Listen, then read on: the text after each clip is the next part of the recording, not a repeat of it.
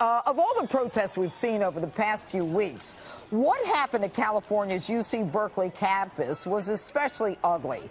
Fires set, windows smashed, police officers targeted with rocks, all because of Breitbart senior editor and conservative writer Milo Yiannopoulos was there to give a speech. Why was he there to give a speech? Because he was invited.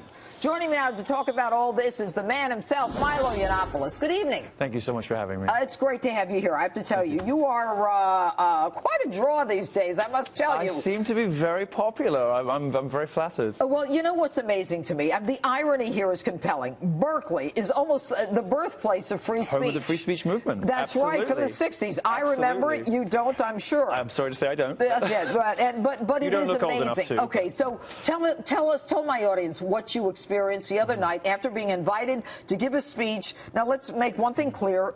You are conservative. You're an openly gay conservative. Yeah. You know, politically incorrect pundit. So they say. I tell jokes that upset the left, you know, about some of their special favored victim groups. But I'm very popular on campus because I talk about free speech and free expression and something that is really under threat on American college campuses, which is the First Amendment.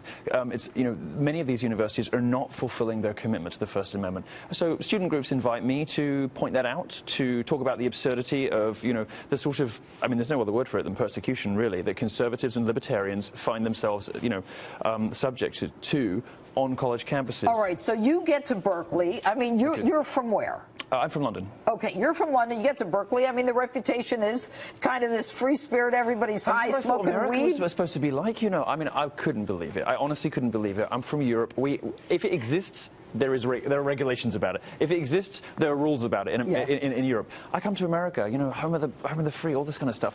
Yeah. And I've never experienced anything quite like so you're in the building. What is the first thing that you're told when you realize that there's a problem? Well, there's noise coming from outside. So people are hurling things at the police, hurling things at the building, you know, Roman candles, rocks, all kinds of other things, fireworks. They're setting light to things. A tree is on fire. I'm evacuated to the 5th floor, and then they realize they've got to get me out of the building. There's a point at which I'm thinking they might storm the building, and the police don't seem to be doing anything. I have a small detail of like 4 Navy SEALs around me. They're not going to be able to hold off 150 of these organized, paid leftist agitators. Well, why do you say the police don't seem to be doing anything? Well, you know, I probably visited more college campuses than anybody else in America over the last year and a half. How many do you think?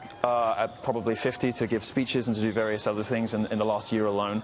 And what I've noticed is there seem to be emerging relationships. I wouldn't go as far as to call it collusion, but there are understandings between college administrators, local mayors, and the police force that they're going to stand back and do nothing. Okay, so when they object to your coming, they object to your coming. They don't want you to speak. Why don't they want you to speak? Because I told the truth. No, that's not enough. Why don't they want you to speak?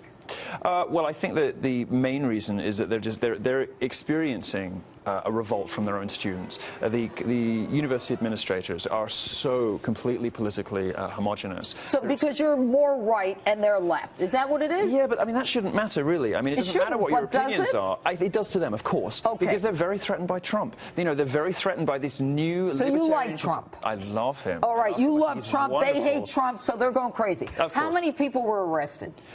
1, I think, and this is 150 people violently rioting. 1 person was arrested, all right? I mean, and you know why that person was arrested? Because they basically stood there and they failed to disperse. But this is what's happening all over the place. It's happened at Davis, happened at UW, What do Seattle. we need to do? Donald Trump needs to do what he's been doing so far very well, which is put his money where his mouth is and do what he says he's going to do. He needs to start withdrawing federal funding from colleges that refuse to honor their First Amendment commitments. He needs to start with UC Davis, UW Seattle, and UC Berkeley. He already indicated he's going to do that. Do you realize that we give them $357 million taxpayers? All right, Berkeley whatever it is. $370, and you know the thing about Berkeley is all of this goes into liberal arts colleges, liberal arts studies that don't produce real jobs. All right, you got a book coming out, but I got to go. What's the name of your book? Dangerous. It's #1 on Amazon right now. It's going to be one of the books of 2017. Dangerous. Milo Yiannopoulos, good to have you on Justice. Thank you so much. Thank you.